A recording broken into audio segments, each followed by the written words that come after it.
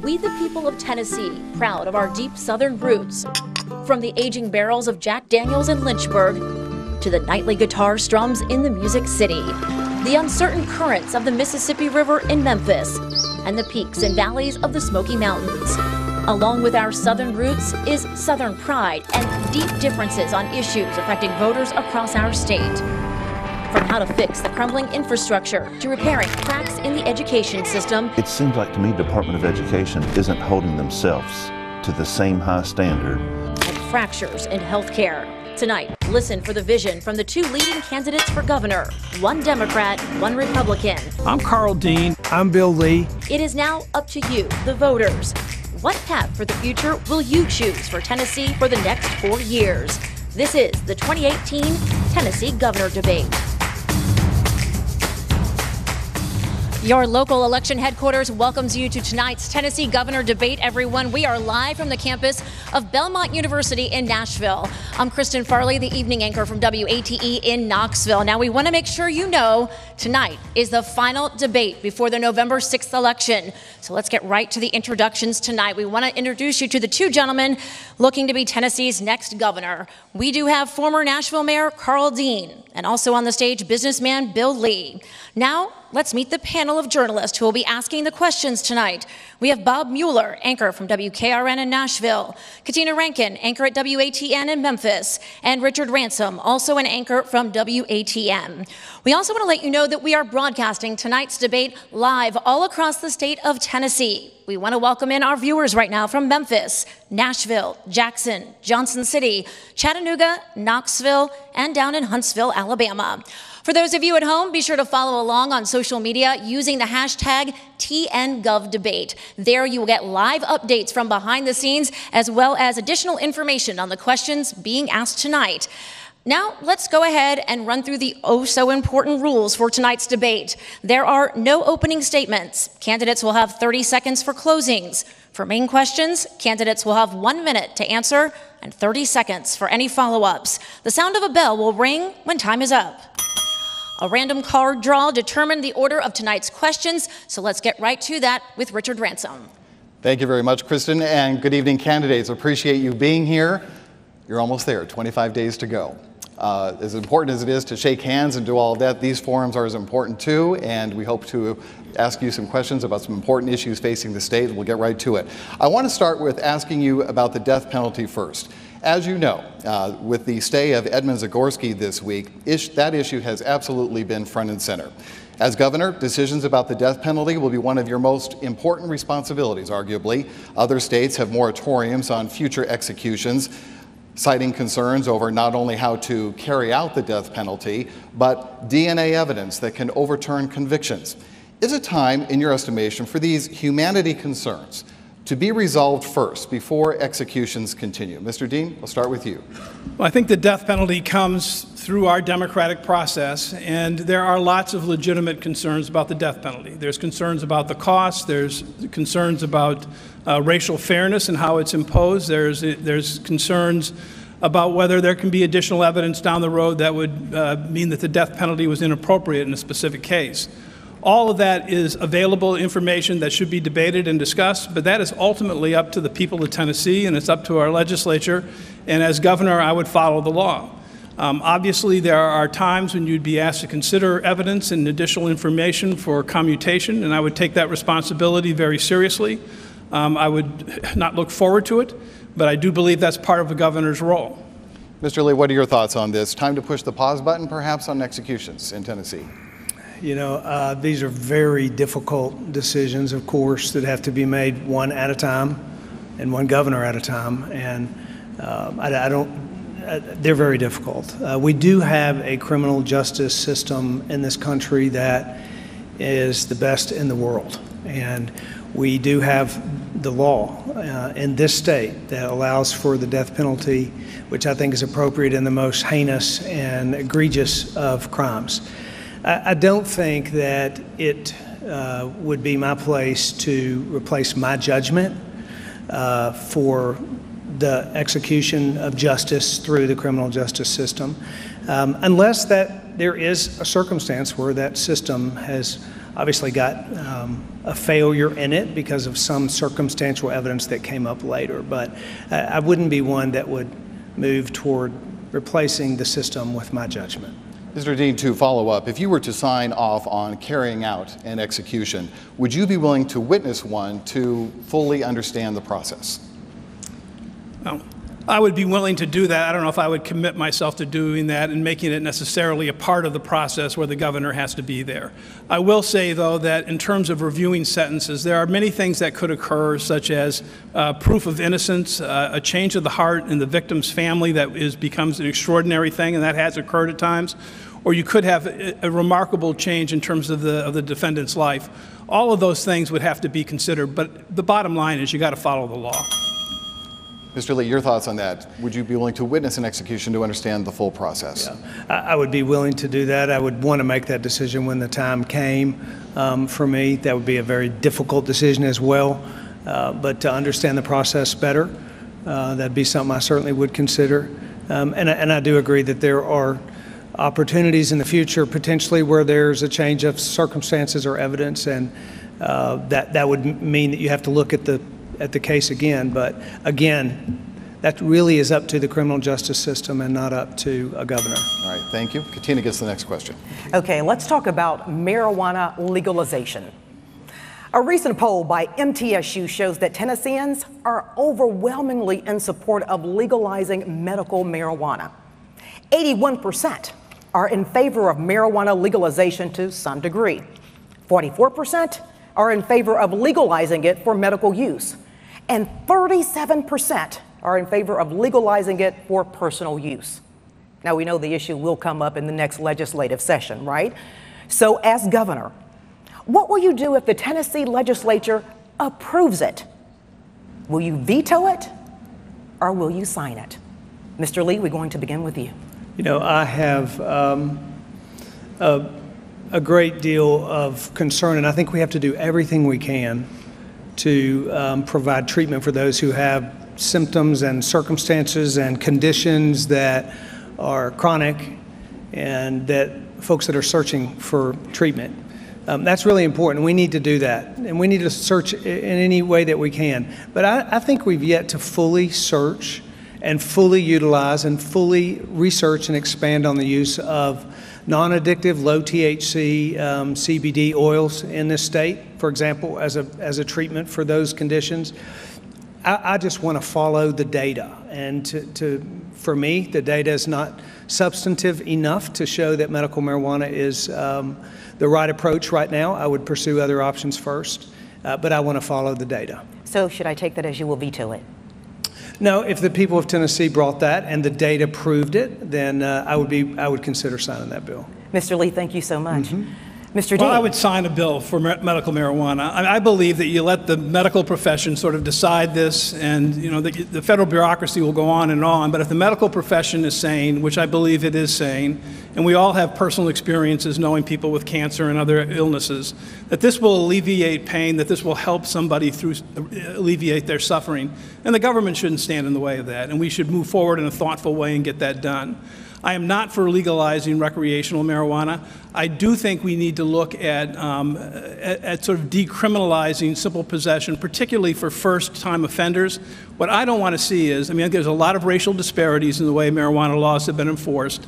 I don't want to see a young person who's 18 years old or 19 years old, has one marijuana cigarette, and suddenly can't get a job, can't find housing, can't get the education they need. And so I would look at a process of decriminalizing that. Obviously, that needs to happen with bipartisan agreement. Almost anything you do in the criminal code is going to require people to work together, but I think that would be a good thing for our state and our young people. Mr. Dean, thank you, because that leads me to my follow-up question. As we've seen in Colorado and in California, legalizing medical marijuana, well, it opened the door to the recreational marijuana legalization. So, Mr. Dean, if I am correct, I believe I heard you say that you would possibly sign that if that happened. Well, I would be in favor right now of looking at how we can decriminalize small amounts of simple possession to avoid young people having criminal records. I don't think Tennessee's in a position right now, or I would not support legalizing marijuana across the board. This is moving really fast. You are going to have multiple states that are going to have marijuana laws that say it's legal, some that'll say it's illegal, some will legalize medical marijuana. This is going to change, and at some point, maybe the state will want to do that and be in a position to do it, and that should be pursued then, but I'm not pursuing that right now. So that's a no? That's a no. Okay. All right. Thank you very much, Mr. Dean. Mr. Lee? No, I don't believe that we should legalize marijuana. I believe that I've worked a lot with incarcerated men through a reentry program for many, many years. I do believe that we ought to look, there is a way to be tough on crime and smart on crime at the same time. The way we enter folks, how we use alternative sentencing for low-level drug offenses, for example, drug courts, mental health courts, veterans courts, those should be utilized, but we should not decriminalize. Mr. Lee, thank you. Bob? Thank you, Katina. Thank you, gentlemen, again for being here tonight. Let's talk about road funding. We all know about potholes. Last year, Tennessee increased the gas tax for the first time in over 20 years in order to bring in enough money for construction and road repair. As you both well know, the gas tax is the only revenue source going toward building new roads and improving roads, and clearly it was not enough. If the road fund is depleted again, would you consider raising the gas tax again in order to keep roads repaired? Mr. Dean. I certainly supported Governor Haslam on the Improve Act, which resulted in higher taxes at the pump. And I think it's important because I think part of political leadership, and I applaud Governor Haslam for doing this, at some point when you're dealing with infrastructure, you got to step up and make the necessary investments. If you don't, you will pay the price down the road. And I know this from being mayor, where I've worked on sewage and water systems and stormwater and roads and everything else. You've got to do that. It helps rural communities, and it helps urban areas, and it helps suburban areas. So I would always be willing to make those tough decisions, as Governor Haslam did, to say we got to do what's right for our state. We got to think about the future and invest in the future. Thank you, Mr. D. Mr. Lee, would you consider raising it again if the fund's depleted? Let me first say that investing in infrastructure is absolutely important. Roads and bridges and highways are arteries of prosperity. Economic development depends on that. I run a company that has 600 vehicles. I know that if we don't have good roads, if we're not able to move effectively, then it's costly to businesses all across the state. It's costly to ag producers. So it's really important we do that. The transportation industry is dramatically changing, and we will have less and less fuel usage in the years ahead as we move to other forms of transportation. So relying on fuel taxes to fund transportation in the future is not the direction that we will be going. It's not about a choice. We won't have that option. So I'm not advocating to raise taxes on fuel. I think we have to find funding in other ways. That's part of managing a budget effectively to direct funds where we need it. As a follow-up for both of you, because of more fuel-efficient cars, carpooling and the like, the gas tax is not bringing in the revenue that it once did. Is there a need for another revenue stream for funding of roads, whether it be car tag increase, toll roads, something else? Does there need to be an alternative stream? Mr. Dean. I think we're going to have to, as time goes on, look for additional sources of revenue for roads because, if all goes well, we're going to be less dependent on gasoline and we'll be less able to get revenue from that. What that exactly should be is something we have time to look at right now. But I do want to stress this idea about infrastructure. I mean, it's easy to talk about it and it's easy to say we should invest in it. But where I think Governor Haslam really went the right way was saying, the time for talking is through. We got to do something. We got to do something right now. And the reality is we have to make these investments. And you were saying basically, if needed, we would increase the sales tax or the gas tax. If that's the only choice we have, sure. Mr. Lee, an additional revenue stream needed? I think we do have other options than raising taxes. I think we do that by effectively managing our budget. In a business, you manage a budget or you go bankrupt. In government, if you don't manage a budget well, then you just resort to raising taxes.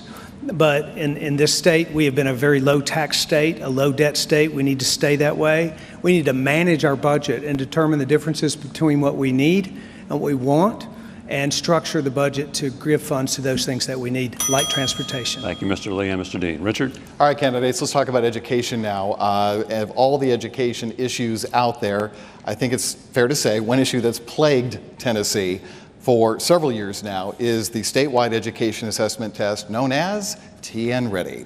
We know Tennessee public schools are federally required to administer yearly testing, but we also know TN Ready frankly hasn't worked for the last 3 years. A new report by a special state education advisory team stated the credibility of TN Ready is in disarray and must be restored. A true test of leadership is standing up to something that's not working and saying, we are going to do X, whatever X is, to fix it. What action will you take immediately for the tens of thousands of frustrated parents, teachers, and students that have been dealing with TN Ready? Mr. Lee, you first. We'll do a reset. We will step back and look at the system, the parts of it that are not working, and make changes. You know, as a business person, I know that you can't improve what you don't measure. But we also know that if you measure the wrong thing or you measure too much, then you actually will have the opposite effect of what you want to happen. And 70% of teachers in our state say that the current testing environment is not conducive to their ability to teach kids.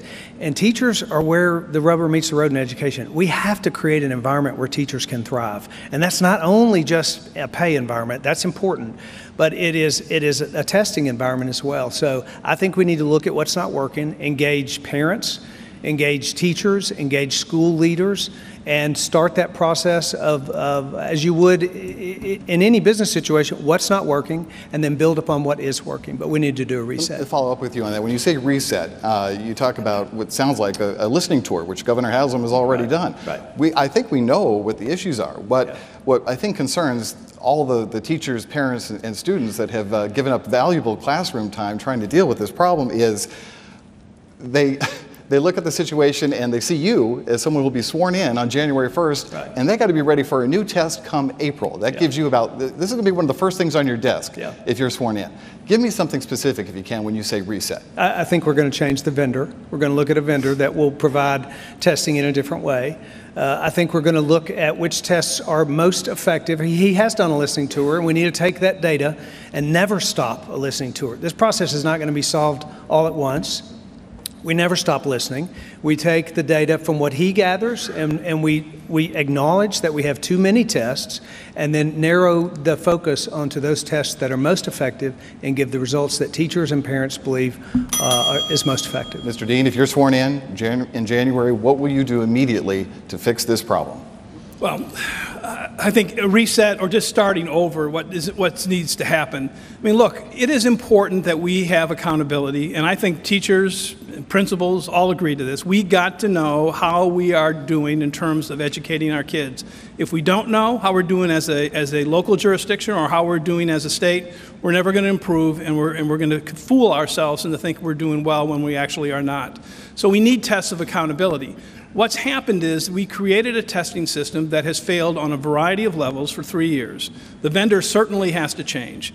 We have not listened to the voices of teachers, which in constructing the test, which we absolutely need to do. And I think one of the reasons that I've been endorsed by the teachers is that I'm willing to do that and to work with them very closely to get that done. And then we need to construct a test that is professionally helpful to them, that is part of professional development, because that's who they are. They're the keys to what happens in a classroom. And then have this test be something that does not become the overriding thing, that the whole academic year gets ready to take this test, and all you do is test and test to take the test. And that's why I want to push you on that too, because teachers will tell us, look, we're looking at having to prepare our kids this April coming up. The new governor's not taking office until January. Finding a new vendor is going to take a while. What about going to pencil and paper tests at least, and do that for a year? You could consider that, but I think you just have to recognize that we might not be ready this time. I mean, it might not happen in April because of the schedule. We get to come in office in January, and having this thing up and running by April, which hasn't happened in 3 years, seems to me to be very optimistic. But my commitment is to create a fair test that's going to help the students, help professional teachers, and give us a sense of accountability. All those things are possible, but you got to take the time to do it right. All right. Thank you, candidates. Katina. Okay. You've both previously voiced your thoughts on expanding Medicaid. Mr. Lee, you said you opposed it. Mr. Dean, you support it. However, the current legislature has opposed even a compromise with Governor Haslam, Simply put, Medicaid expansion is not going to happen with this legislature.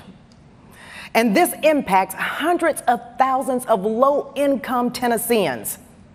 And I want you to take a listen to one of the people that's actually struggling with these consequences.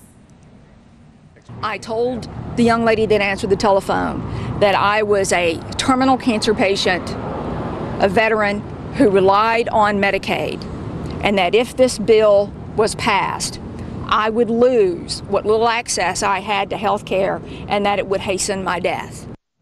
So, what would you say to people like Kelly Gregory and the tens of thousands of people in her shoes? Mr. Dean, we're going to begin with you. Well, I've actually talked with Kelly on several times, and I believe she is a supporter of mine in this race. And what I would tell her is this, that we need to expand Medicaid. And it comes down to this. It not only is the right thing to do in terms of people like Kelly who need access to insurance, and we're talking about people who are veterans. We are, for the most part, talking about working people who can't get insurance. And we want these folks to be able to have health care. And so right now, we have, over the past few years, lost over $4 billion that could have been used to help them because we turned down Medicaid expansion. We turned down a proposal that Governor Bill Haslam worked hard on that would have protected our state, that would have been better than most states have gotten, and the legislature said no. But the most telling thing is that our legislature has no plan B. I mean, there was a good plan A there that was presented that was a very rational thing for us to do. But there's been lots of criticisms, lots of attacks on past presidents or on past issues, but no plan for the future. We need to act, and we need to expand Medicaid. Okay, Mr. Lee, I'm going to get to you in just a minute, but Mr. Dean, I want to talk to you about that, because if the legislature has defeated this twice, what will you do now? People are hurting and they are sick now. So what can you tell the people that you will do now? Well, that is the best point anybody can make. People are hurting right now. So to talk about putting this off for 15 and 20 years to study it is the wrong approach. You know, this is self-serving, but it's the truth. If you want Medicaid expansion, you vote for Karl for governor. You say that we're going to have a governor who has worked. Okay, audience. Okay, we want to give our candidates more time to answer the question, so please hold your applause. You say Mr. that Dean, the question is, I'm sorry for interrupting, the question is, though, is what will you do right now? That's what I'm saying. You elect a governor who has campaigned on this issue and has said this is a priority for the state. The polls, Vanderbilt and all the other organizations, show well over 60% of the people in Tennessee support it. The legislature is going to be different. But I think what I would have to do is work with the legislature and say, let's compromise, let's work together, let's find solutions. We're elected not to stand on party partisanship. We're elected to get things done for the people of Tennessee. We need to save rural medicine. We need to save rural medicine. We need to make sure that the 300,000 people are getting coverage, and we got to stop throwing away money. Thank you so much. Mr. Lee, I am coming to you. But, Mr. Dean, you haven't answered my question quite yet. You just said that you should be elected. Once you are elected, what will you do? Because these people are hurting now. The first thing I would do is meet with the legislature and say, let's work together, let's compromise, let's find solutions. The voters have just spoke. Now, let's see if we can come to an agreement about how we expand Medicaid and under what grounds, and how we can protect the state of Tennessee fiscally and financially, and how we can make sure we're helping people right now. Mr. Dean, thank you so much. Okay, Mr. Lee, I'm going to ask you the same thing. First, we're going to go back to Mrs. Kelly Gregory. So, after you've heard what she said, what would you tell her? I would tell her that every Tennessean deserves to have access to health care that they can afford. And as governor, I'm going to work to develop a plan so every Tennessean has access to quality health care that they can afford. The reason that so many people can't access health care in this country and in this state is because they can't afford it, because we have a fundamentally broken and flawed system that does nothing to address the rapidly rising cost of health care that far surpasses the inflation rate. In my own business, our health care rates went up 29% 2 years ago. And then on top of that, last year they went up 19%. That is an example of an unsustainable rise in cost that will ultimately make health care affordable to everyone. We have a broken system. Making that broken system even bigger, expanding it even beyond where it is today, is not the right approach for Tennessee. Okay, Mr. Lee, so I have a question for you. If you're a follow-up at least, if you're not going to expand Medicaid, then how do you help those who are uninsured? You develop a system that has incentives to lower the cost. Think about this in TennCare. You have a TennCare patient who has a sick child. They can take their child to a primary care physician, or they can go to the ER, significantly higher cost. There is no incentive for that person to take their kid to a primary care physician. We have a system that does nothing to reduce the cost of health care. And there are clear steps that we could do starting today that would begin to reduce those costs in Tennessee. And that's what we ought to do. We ought to fix a broken system, not expand a broken system. All right, Mr. Lee, thank you. Bob, we're going to have to move on to you. Thank you, Katina. Gentlemen, during our previous debates, we asked you about your stances on sports betting, an issue that is now being left in the hands of individual states. It seems to be working in our neighboring state of Mississippi. During the first full month of wagering on sporting events, they generated $660,000 in revenue for Mississippi highways and bridges. Now, here in Tennessee, we can expect this issue to come up in the next legislative session.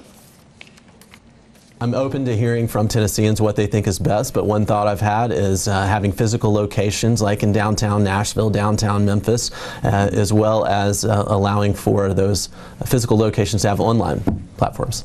Mr. Lee, you have said that you are against this idea. If elected governor, if the legislature approves it, would you veto it? Oftentimes, I'll tell you why I'm against it. I think that most frequently, and I would work with the legislature to make sure that they didn't approve it. I think that organized betting frequently develops into organized crime that we don't need in our state. It also generally has the most negative impact on the folks in our communities that have the least income. People living in poverty are most negatively affected by legalized gambling in this state. And I think that would be the case with sports betting. That's why I would work strongly with the legislature to oppose it. Thank you, Mr. Lee. Mr. Dean, you said you would consider supporting this bill. Would it be a priority of your administration as a way to increase revenue for the state? You know, I wouldn't walk into the governor's office in January and immediately begin working on this because I would be too busy working on the testing and the healthcare issues that you've already brought up. But if the legislature passed it and it was done appropriately, I would sign it because we have to be realistic about the need for the revenue. And what's going to happen is, this is like the lottery. We're going to have every single state surrounding our state with sports betting, and people will be going to those states and spending the money there instead of here. And, you know, I'm not a gambler. I enjoyed the Red Sox victory over the Yankees this week without the need to bet. It was just perfect. I don't need that. But at the same time, people do. And people are going to bet. And if there's a reasonable thing created, and I wouldn't rush to do it, I would take time and think it through very carefully. Mr. Lee raises some legitimate questions. And then I would sign it, because I think we're ultimately going to be there anyway if the other states are doing it. For both of you, would it change your mind or make it easier to support this if it were a local option? In other words, if each county got to decide, say Shelby County, which is competing against Mississippi, if their voters get to decide, we want it here, but maybe Hamilton County doesn't want it. Would that make any difference, Mr. Lee? I mean, I have the same concerns, whether it's a local. I do believe that local decision-making is generally the right direction to go. So I'd be more open to local decision than a statewide decision on that. But I would express real concern primarily around the effect that it has on communities in our state and the opportunity that it opens up for organized crime in Tennessee. Thank you, Mr. Dean. Yeah, my inclination on that one is to say that is a decision that would be appropriate for local government to make, and I would allow them to do that. Again, I think long term we're going to end up doing this, and you just got to do it right. And you can't underestimate the need for revenue. When I think about Memphis, and Memphis is a great city, has a great future, and it's the most authentic place around, but they're going to need additional revenue to do what they need to do in schools. They're going to need additional revenue to do what they need with public safety and other issues. And it's up to them to decide, not me. Thank you, gentlemen, both. Kristen? All right, Bob, thank you so much. And thank you to all at home for watching tonight's Tennessee Governor Debate. Another reminder, you can follow along on social media using the hashtag TNGovDebate. Stay with us, everyone. We're going to be right back with more questions for the candidates.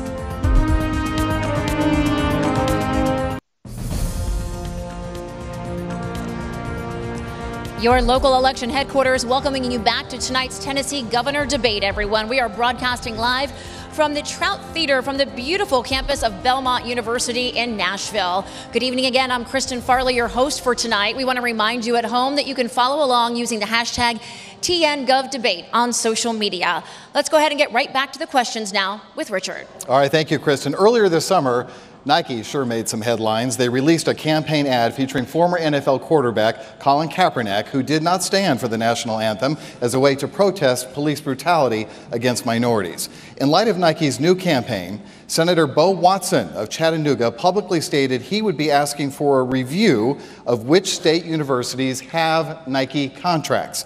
Turns out several state schools have big contracts with Nike, including the University of Tennessee, University of Memphis, ETSU, MTSU.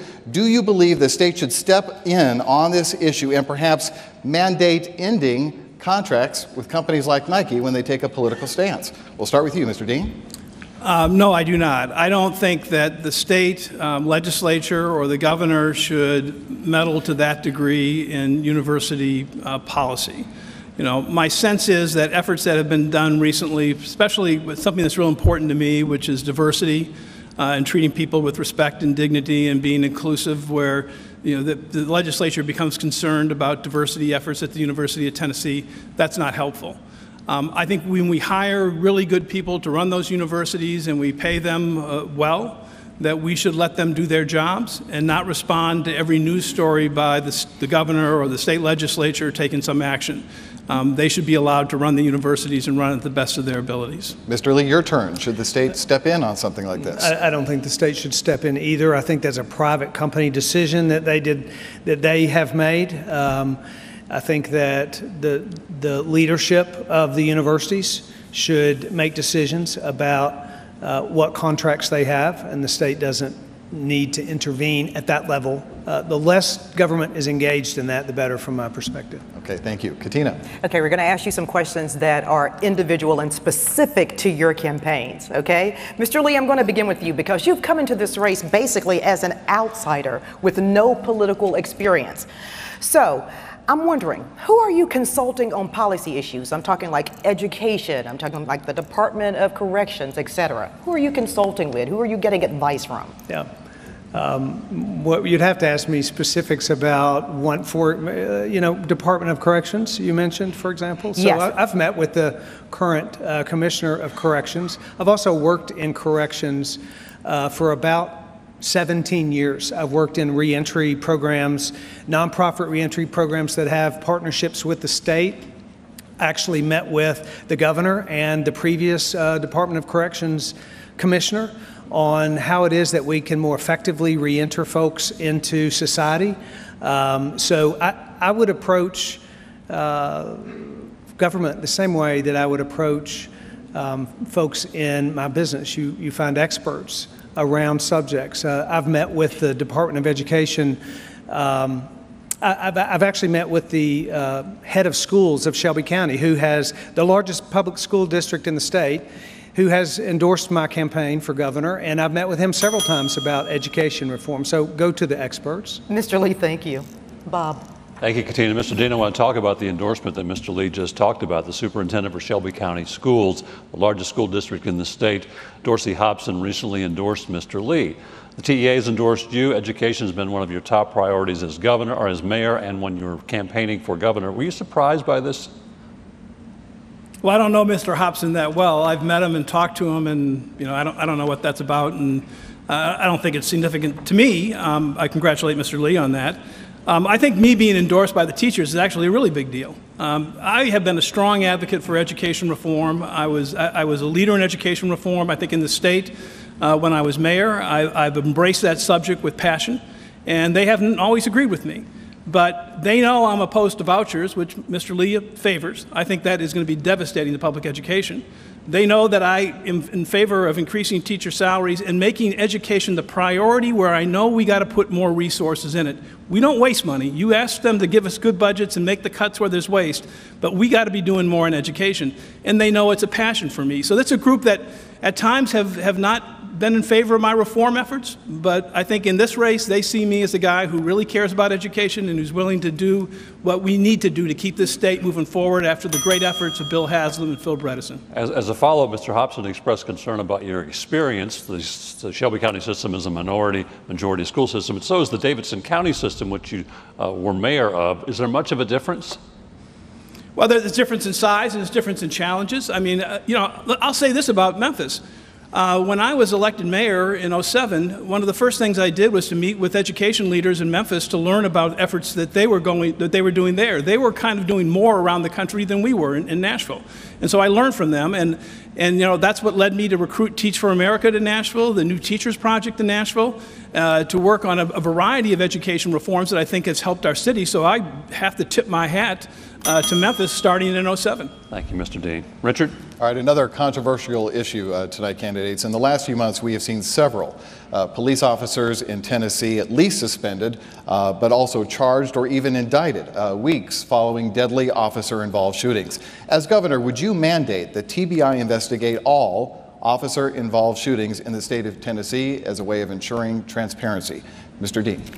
Well, I would hope that, and this has been happening in Nashville, that local police departments would automatically say that an outside group should investigate this, just for public trust, for transparency, and to make sure that everybody feels that this has been handled correctly. And I would not be afraid to say, to look at mandating that also. It's just like anything else in life. When something occurs, you need an outside group to come in and look at it and evaluate it and investigate it in a neutral manner and make the right decisions and recommendations. So I think the TBI could do that and do that very well. To follow up with you quickly, and I will get to you, Mr. Lee, the concern about that, though, is that's going to come with a fiscal note. There's going to be some money required with that, some taxpayer expense to investigate that many more cases. Your response? Well, I think, for me, things like this, basic justice, and how people respond to the criminal justice system and how much they trust it and how much people think that the justice system is blind to racial issues and other issues is important, and it would be worth those dollars in my mind. Mr. Lee, the idea of mandating that the TBI investigate all officer-involved school shootings. Let me say first that I have a tremendous respect for law enforcement all across this state. They put their lives on the line to protect us every single day, and we need to fully support law enforcement. It's why I've been endorsed by the Fraternal Order of Police. It's why I have 50 police chiefs, sheriffs, and district attorneys on our law enforcement coalition of endorsement. I do think that when there is, what I believe is when there is a fatality, when there's a shooting fatality, that is when the TBI should be brought in. We don't have the resources to investigate every shooting, but we certainly need to make sure whenever there's a fatality and it rises to that level, then we need to be certain that outside resources are brought in to be certain that we do find justice and that we do find the truth, and that would be my approach. But of course, as you may be aware, in Memphis, there was a case where there was not a fatality. There is a young man who's holding on to his life at Regional 1 Medical Center. He was shot by an officer. Yeah. We know from the police director that 2 of the officers turned off their body cams. The shooter was not, his body cam was not on.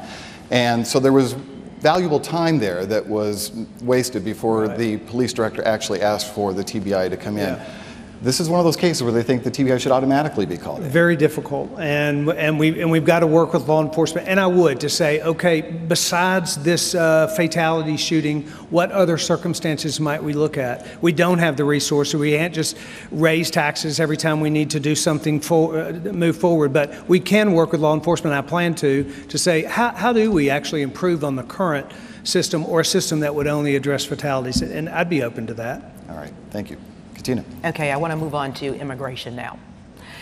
A few weeks ago, the owner of an East Tennessee slaughterhouse pleaded guilty in federal court to employing undocumented immigrants. Now, this came after a highly publicized ICE raid in April. Under Tennessee law, the state can revoke licenses for businesses that employ undocumented immigrants. But we know that's rarely happening, right? In fact, in a majority of the cases, those businesses are instead fined. So it's clear that violations are happening, but my question to you both is, at what point should a license be revoked? Mr. Lee, we're going to begin with you. We face a lot of difficult circumstances as leaders, but as a governor, my highest responsibility is to enforce the law. And we are a nation that is built on laws. And we have to, if we don't enforce laws, then we open ourselves up to lawlessness. And so if the law is on the books, then it ought to be enforced. And I would be a governor who would enforce those laws around those particular circumstances. Mr. License, if it's on the books for licenses to be revoked, they should be. Mr. Lee, thank you very much. Mr. Dean, I'm going to ask you the same question. Well, I think you enforce the law clearly and you follow the law. But let me say this. I mean, the immigration issues, which were a huge part of the Republican primary, to the point where all you were seeing is commercials about who's going to build the biggest wall, and is the wall actually going to be built in Memphis, or, you know, is a governor going to run immigration? And Bill Haslam had the good sense and the leadership skills to say, look, this isn't what this race is about. You're not in charge of immigration. You're not in charge of the wall. We have been waiting for the federal government under the George W. Bush administration, the Barack Obama administration, and now the Donald Trump administration to reform immigration law. That's where the responsibility lies. I think we follow the laws on our books, and we got to have the nerve to do that across the board if we're going to do that. But we do not let ourselves become a replacement for the federal government on immigration. And then we shouldn't lose this basic value as the political dialogue gets more and more heated and we look for kind of little points to make, that people who live in our country who are new to our country, they're not our enemies. They're not our enemies. They're a part of our communities. Okay, I have a follow-up for you, though, for both of you. Currently, only businesses that employ like 50 people or more are required to use the E-Verify system, you know, to check immigration status of their employees. Would both of you be in favor of making this a requirement for all businesses? Mr. Lee, let's start with you.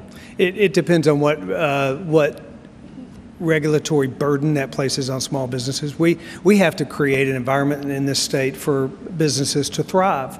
And small businesses are the backbone of our economy, and over-regulating and putting burdens on small businesses is not the way to go. I do, however, think that we can move toward enforcement, and we certainly ought to look at E-Verify for small businesses, but we ought to consider the impact that it has on them before we make that blanket law. So that's a maybe.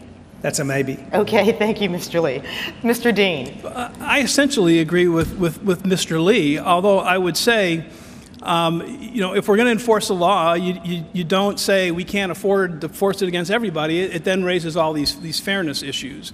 But if we're going to do it, then I think we have to do it. But it's going to create a lot of problems for business. It's going to create a lot of problems for agriculture, and it's going to create a lot of problems for people who have no idea that they even have a problem. And I would say the story that you led off with about what happened in East Tennessee, I mean, that was a particularly bad actor there, I think, in terms of conditions of the factory, not paying taxes, and all sorts of abuse. Mr. Dean, thank you so much. Bob. Thank you, Katina. Gentlemen, as you well know, Tennessee is one of only 7 states without an income tax. However, an article by USA Today does rank Tennessee as having the second highest combined sales tax, in some cases as high as 10%. Some would argue we're not collecting as much money through the sales tax as we could because of certain sales tax loopholes on things like funerals, the percentage of car sales, raw materials, and goods. If elected governor, would you consider closing some of these loopholes as a way to generate more revenue for the state? If so, could you name some? Mr. Dean. Well, I'm not going to say tonight that I'm going to start taxing funerals. I'll tell you that at the end of the campaign. So this may not be a profile and courage moment, but that's where I am. You know, that's where I am. Look, I think the most fundamental thing we have to look at in terms of the sales tax is the internet question. I mean, now under the new case law, we can tax internet purchases that occur within the state of Tennessee, and we ought to do that. Number one, out of basic fairness to the bricks and mortar buildings that are here, to the local people trying to sell, and we need it because we need the revenue. And so I would be in support of working on that. Again, it's not going to be popular. It's going to be one of these things where people have become accustomed to not paying sales tax, but it is certainly consistent with the way we've run our government, and it's needed to do the things that we need to do, particularly, I think, in education. We've talked about law enforcement and other things. You cannot continue to operate on declining revenue. Thank you, Mr. Dean. Mr. Lee, you want to tax funerals? I really am not a person who says that we need to be looking for opportunities to raise taxes. This internet sales tax is actually, it actually is just a tax that currently exists in sales but has never been applied because it can't be enforced. It requires self-reporting to collect those taxes through the old system. That's about to change, and so that revenue that's coming to the state is actually revenue that's been due to us, and it is going to create a revenue stream that will be more of a revenue stream, actually a revenue stream that has never been collected, but it actually is due. I don't think we ought to be raising taxes. I think we ought to be managing our budget more effectively. Thank you, Mr. Lee. As a follow-up for both of you, as I said, the state constitution makes an income tax in Tennessee illegal. Are you both satisfied with the sales tax being Tennessee's main source of revenue, or do you think other options to lower the sales tax should be considered? Mr. Dean. I'm basically satisfied with the sales tax being our source of revenue. I think as you branch out from there, you would have more and more problems trying to define something that would be politically acceptable. And our state, I think, has worked under this so far. I mean, the issue really becomes when you hit a recession, and the sales tax is so responsive to any economic downturn in terms of losing money. And we got to plan for that and make sure we have adequate rainy day funds. Thank you, Mr. Dean. Mr. Lee? I think that the sales tax is the right approach. I would never advocate for, and of course, it's not. We're not going to have an income tax under the current law. We shouldn't. We're a low tax state. It's one of the reasons why we're so prosperous is because we are a low tax state, and I think that stimulates economic activity in the state. It's one of the reasons we're in the place that we are. So I think the sales tax is appropriately the primary funding source for our state. Thank you, gentlemen. Richard? Mr. Lee, you talked about low taxes being one reason that Tennessee is seeing such a great economy right now. Another reason people come to live here and to visit, of course, is because of our great scenery. But just last year, Governor Bill Haslam signed a bill to eliminate emissions testing in all Tennessee counties. While the EPA has said the air quality in Tennessee has improved in recent years, we all know traffic congestion is only getting worse in some areas. You only have to drive around in Nashville for a half hour to learn that lesson. I have learned that one. By removing this testing requirement, are we taking a step backwards environmentally, in your opinion? Mr. Lee? You know, that testing requirement was very unfair. It depended on what county you lived in. There were very few counties actually that required a testing environment, so folks in this county didn't have to comply with it, and that really is what was the background behind that. We have to be responsible in this state environmentally. We have to do things that are environmentally responsible. I mean, my company is in the facilities environment solutions business, and that's why we have developed an engineering team of LEED accredited engineers, men and women who specifically design buildings to reduce energy usage. Our corporate headquarters recently received an award from the U.S. Green Building Technology Center. We can look at ways, more effective ways than randomly selecting counties to test emissions. We can look at more ways that will have a much more profound effect on a sustainable environment in this state, and those are things we should do, and I will do as governor. All right, thank you, sir. Mr. Dean, your thoughts on whether this emissions testing, eliminating it, made us take a step back? I mean, to me, clean air, clean water are classic nonpartisan issues. And, you know, Nashville has benefited from having testing over the years. I'm not advocating that we restore it, because I think there have been changes in technology, changes, you know, electric automobiles, much more gas-efficient automobiles.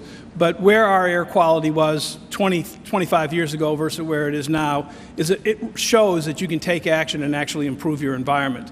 I think we need to protect the beauty of Tennessee. We need to be conscious about open space.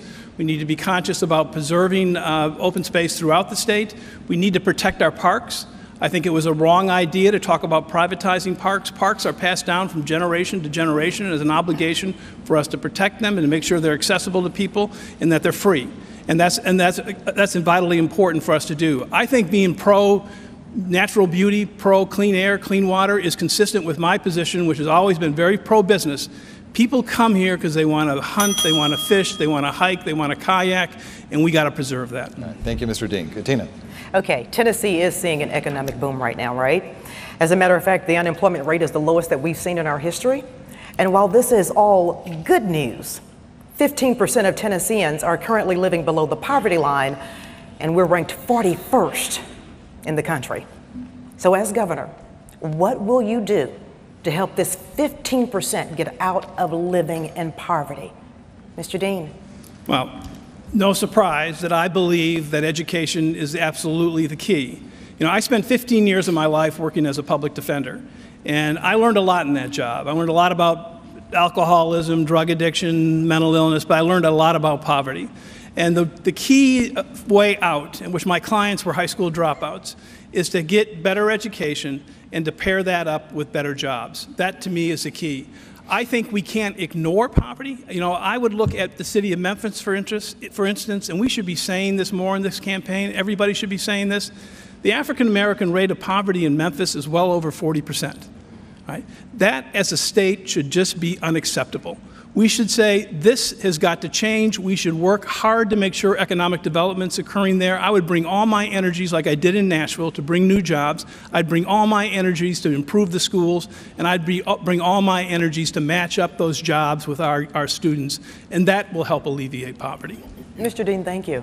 Mr. Lee, what would you do to help eliminate the 15% that are living in poverty? 15 of our counties are poverty designated, distressed. They're all rural. And then the other pockets of poverty will lie in our urban centers. And I believe that education is the key, but the component of education that we've been ignoring for decades is the piece that is vocational, technical, and agricultural education. We've ignored it in our public school system for decades. That's why we don't have a skilled workforce in communities. People are underemployed, even if they are employed. You know, it became so bad in my company, and my company is a company that was named by the Tennessean as the best large company to work for in Nashville last year for the third time. And yet, as an employer of 1,200 folks, mostly skilled tradespeople, we struggle to fill the skilled trade job openings that we have. We started a school 10 years ago in our company and have put 1,000 people through skills training. We need to be doing that in high schools all across Tennessee, because we have 4 out of 10 kids in this state, many in the urban inner city and rural, who don't go to college, who are gifted in ways that college kids aren't. But we need to develop an education system that creates pathways of success and hope for them. Mr. Lee, thank you very much. Bob. Thank you, Katina. Gentlemen, you both talked about the political divide this country is in the middle of right now. As a way to maybe close that divide, if elected governor, would you both consider appointing someone from the opposite party as a member of your cabinet? Mr. Lee, if you could keep this to 30 seconds, we're running out of time here. I certainly would. If they were the most highly qualified person for the job, I'm not appointing people yet, and I'm not considering who I'm appointing people yet, but I'm going to appoint the most highly qualified people for every position that I can find. I do believe that we have a nation that is highly divided. It's politically divisive. It's one of the reasons that I chose to run the kind of campaign that we have intentionally decided to run, which is not negative, it's not attacking, it's a purposefully not divisive, and that's the way I want to govern. Thank you, Mr. Lee. Mr. Dean, would you consider appointing a Republican to your cabinet? Yeah, I not only would consider it, I would. I mean, I think the key to politics is balance. The good things happen in the middle. The good things happen when people realize that this isn't about one party fighting another. It's about how we can actually help the people of the state of Tennessee and do what we're elected to do, which is move our state forward. And if we can bring more balance to politics in Tennessee, which I think is sorely lacking under one-party domination, then you're gonna actually see people work out issues like health care, work out things like education, and doing that together is the key. Thank you, Mr. Dean. Thank you, gentlemen. Richard? Well, that wraps up our questions for tonight, candidates. You will now each get 30 seconds for your closing remarks. And Mr. Dean, we're going to begin with you on that. Go ahead. Well, first, let me thank Bill Lee. We have had 3 events together, and we both survived it. And let me thank Belmont University, which is very close to me. This is a university where I have taught, and I know Bill has his own connections here, too. I have spent some wonderful moments here. And let me thank the audience and yourselves for putting on this event. And my final message to the voters of Tennessee tonight is to ask for your vote. I love this state. I think I can bring a moderating, pragmatic, effective approach to government, and I look forward to serving you. All right, Mr. Lee, your closing remark. Thank you for that comment. It has been a pleasure to be on the stage with Karl multiple times, and I respect the way he's run his campaign. Maria and I are in the middle of our second 95 county, 95-day tour. We're calling it Believe in Tennessee. And I would say that the reason we're calling that is because I believe that Tennessee can not only be a better place for the 6.5 million people in this state that we call neighbors, but I believe with the right leadership, Tennessee can lead the nation, and I'd be honored to serve as that leader of that state. Thank you very much. Thank you. Okay, candidates, on behalf of Richard, Bob, and myself, we thank you for joining us. Good luck. C-SPAN